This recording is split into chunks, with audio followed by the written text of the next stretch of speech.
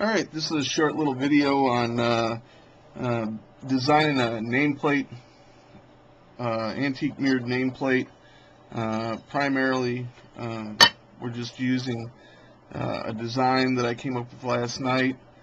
This person is fictitious, he's not the actual person. This is Flexi Starter 8.5. The way that I start out is in Corel Draw X3 and I design how big I want the piece based on the piece of glass that I'm going to be putting the image onto, which in this case it's 11 1/4. It's 11 1/4 long, and it's 1.5 inches high. And when I design it in here, and then when I bring it over to the Flexi 8 software, it's a lot bigger. However, when I go to cut it, you can see that it brings it down to the size 11.5 by 1.62, which 11 1/4 by a little bit better than 1.5 inches, which is what I want. And I want to check make sure my outlines are fine, make sure my weeding border is set, and then basically all it is taking it and sending it from here in the design area to my plotter. So what I'm going to do now is I'm going to show you really quickly how I send this to my plotter, and then in a later tutorial, or not a tutorial, but just a later video, I'm going to show you how I weed it out. So we're going to go ahead and send it.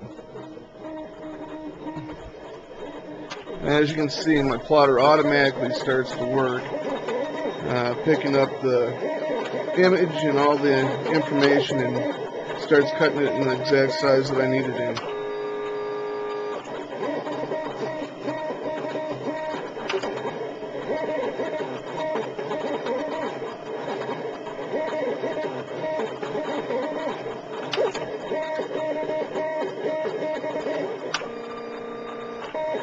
Right now it's cutting out the name. Let's see if I can get you a little closer on this. Since it's white on white, you're really not going to see a whole lot, but you can see that how the plotter works.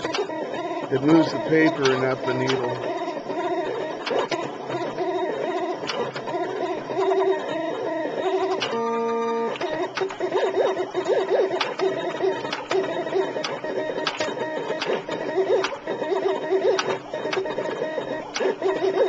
Also, when you're working on mirror, as you can see in the, I'll take you back over here.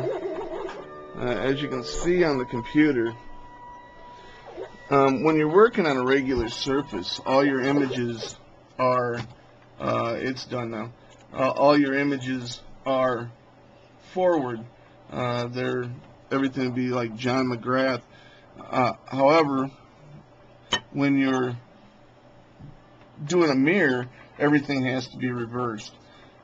So everything you do with mirrors, you've almost got to think about in reverse. The simple way to take it from reverse back to normal is just to flip it. And I set up these reference lines when I do my stuff so that I know that my image is the size that I needed it to be when I was setting it up originally. In this case, it's the size that we were talking about earlier, which is 1.5 inches tall by 11 1/4 drop. As you can see, you have your reference lines covered up, and that's it.